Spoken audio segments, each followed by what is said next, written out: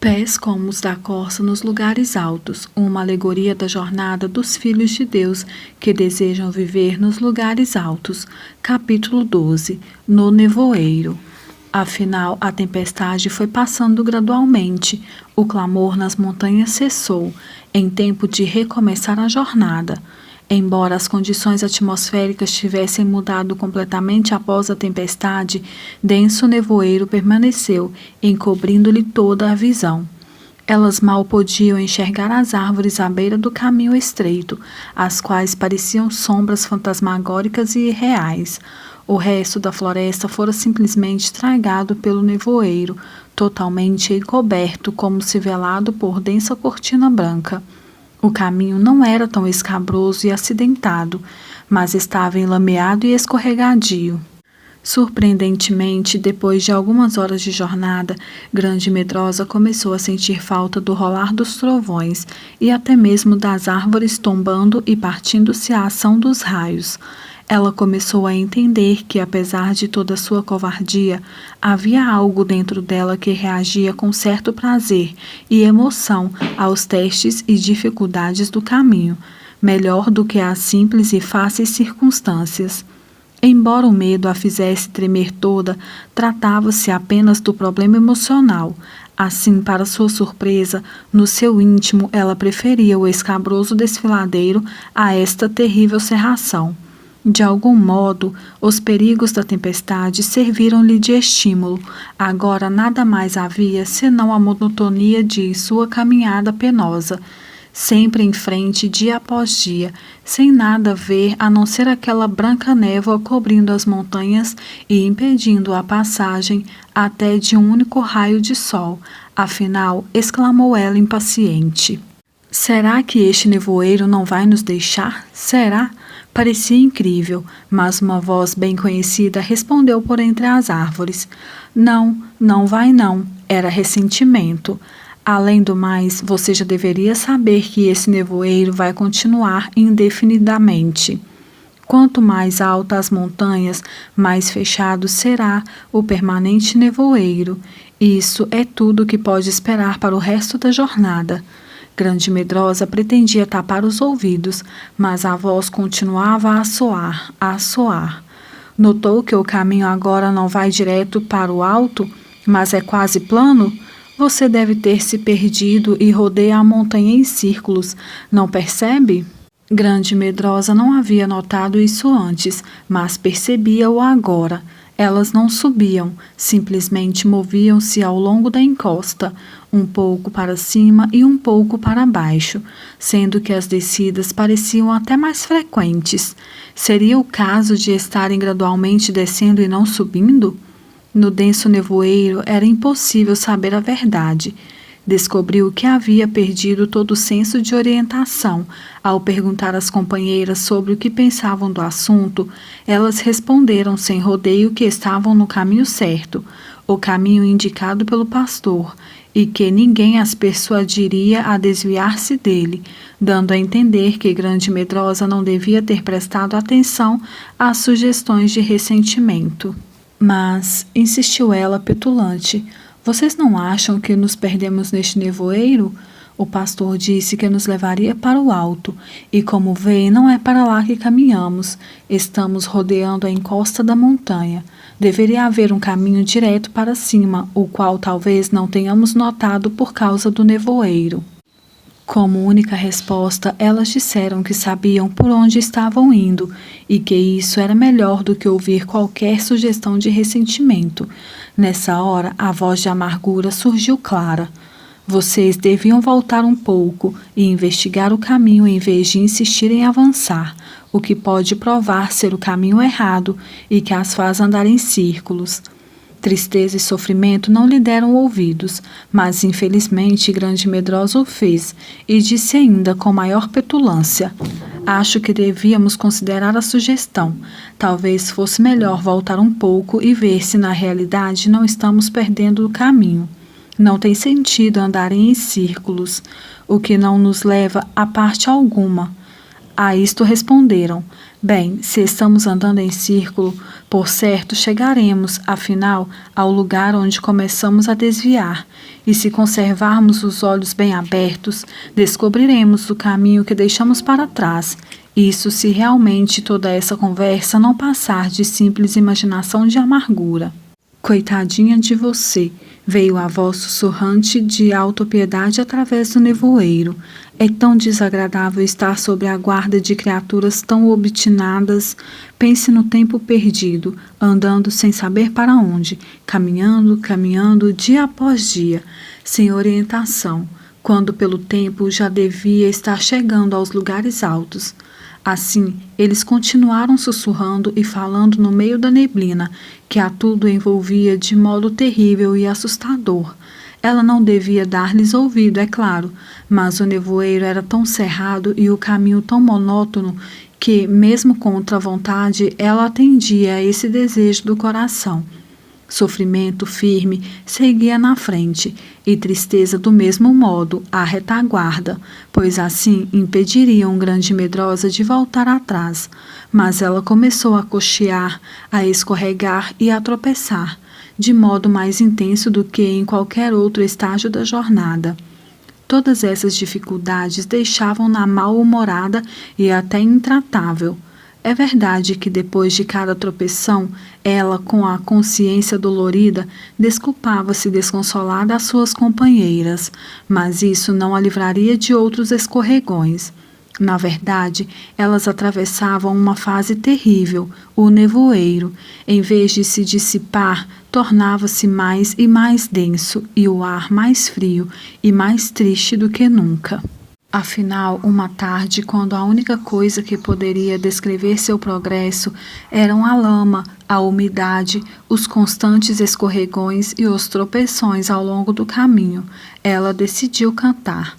Convém salientar aqui que Grande Medrosa não possuía o dom de uma voz doce e agradável, bem como de um belo rosto.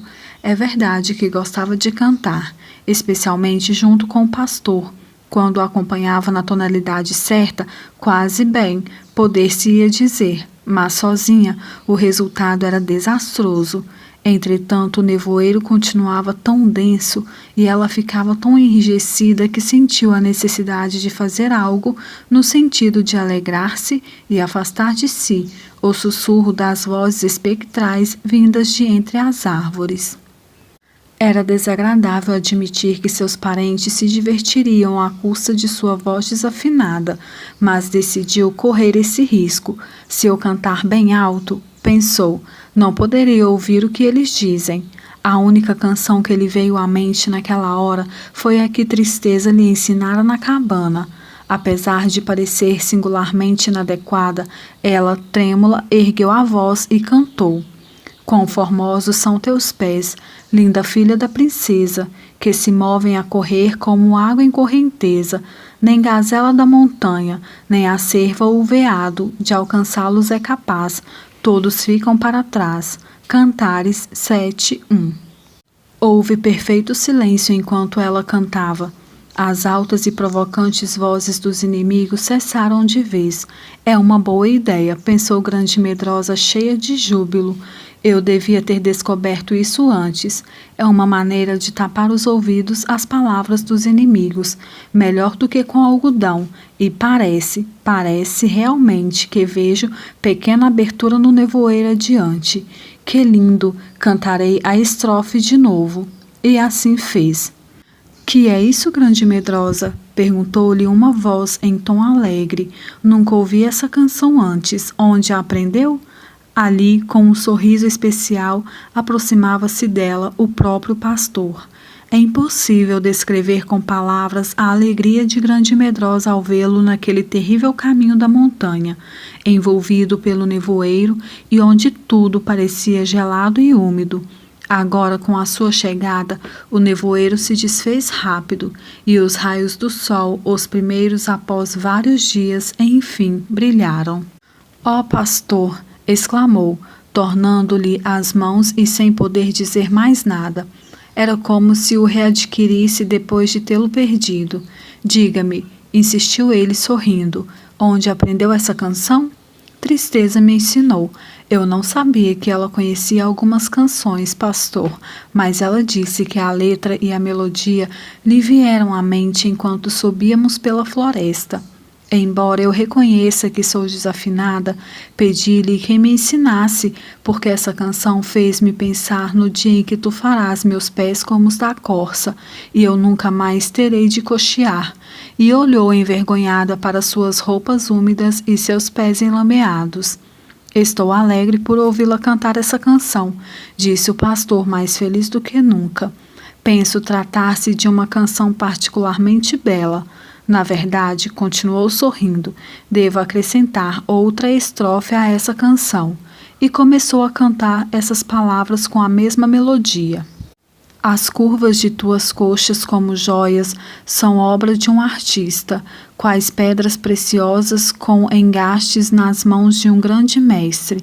Procurem no palácio, pelas pinças, um porte igual ao dela não existe.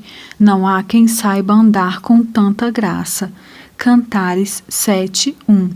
Ó pastor, onde encontraste essa estrofe para aplicar a melodia que Tristeza me ensinou?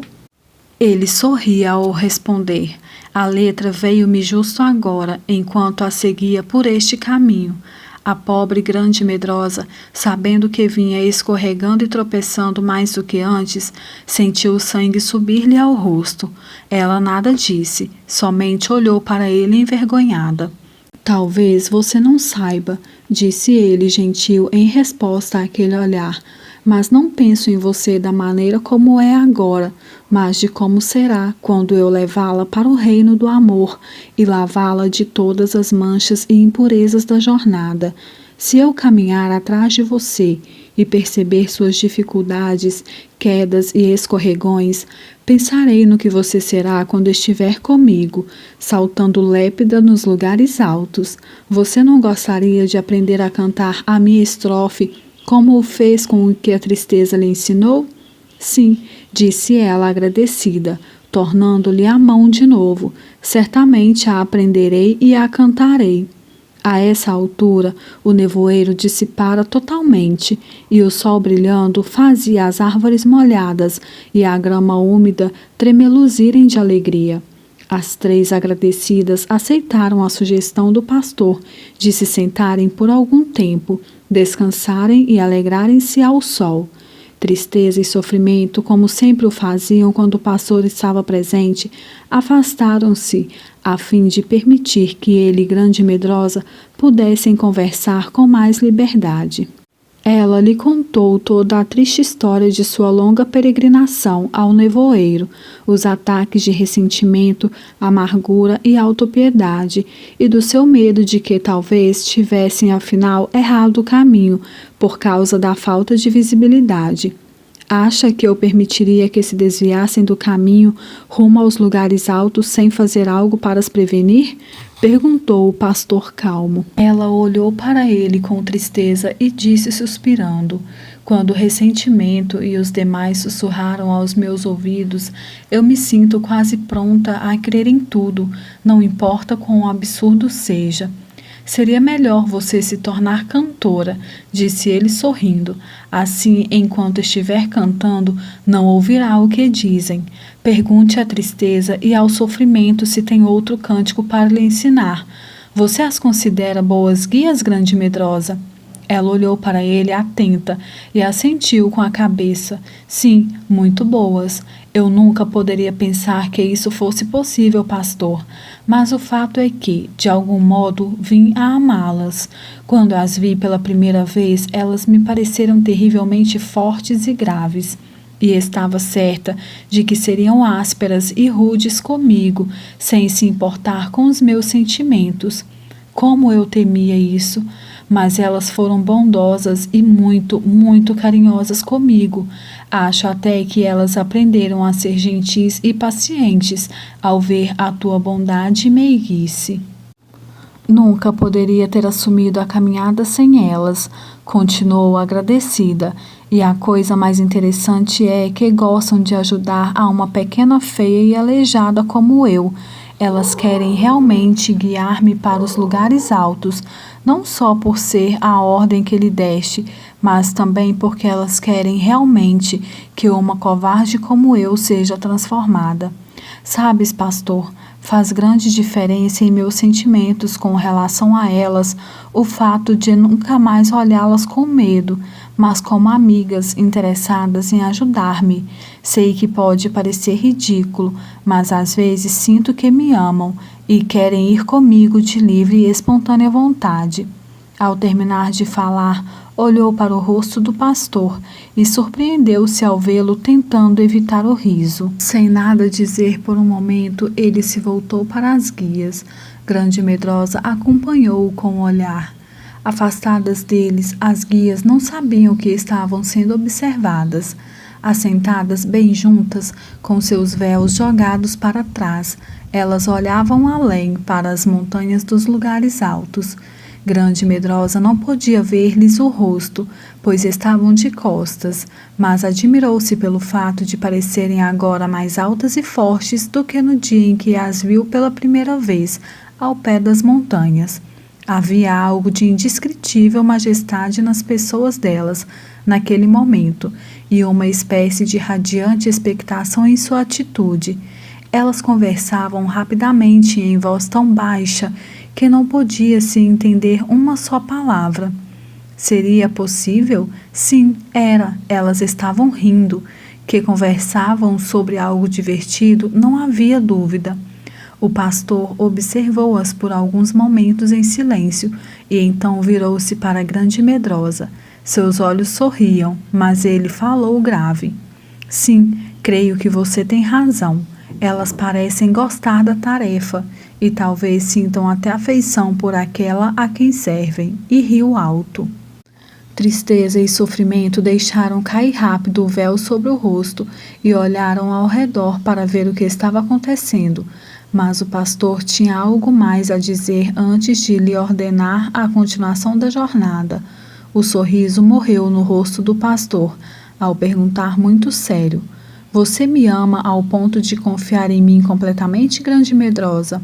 Ela olhou para ele, do modo como fazia cada vez que sentia estar sendo preparada para novo teste, e então respondeu: Tu sabes o quanto te amo, pastor. Eu te amo tanto quanto meu pequeno coração é capaz de amar. Tu sabes o quanto mais eu desejo amar-te, o quanto mais eu desejo confiar em ti. Deseja confiar em mim, mesmo que tudo neste grande mundo pareça dizer-lhe que a tenho decepcionado sempre? Claro que sim, disse perplexa olhando para ele.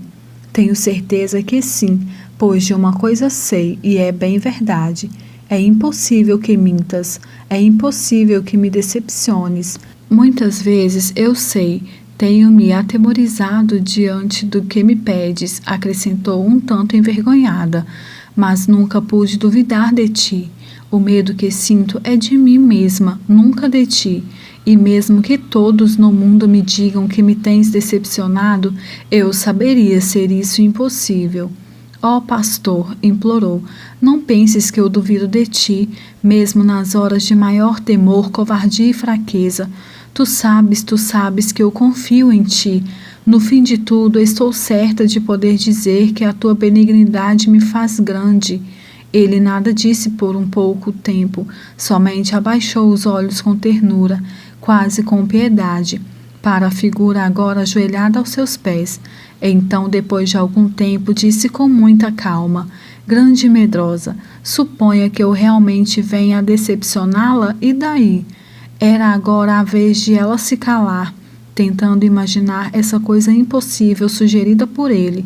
E como lhe responder e daí? Aconteceria porventura de nunca mais poder confiar nele, de nunca mais o amar de novo? Teria ela de viver no mundo sem o pastor, somente com a imagem de um lindo sonho desfeito? Sentir-se decepcionada por uma pessoa de quem jamais esperaria tal coisa? Perdê-lo?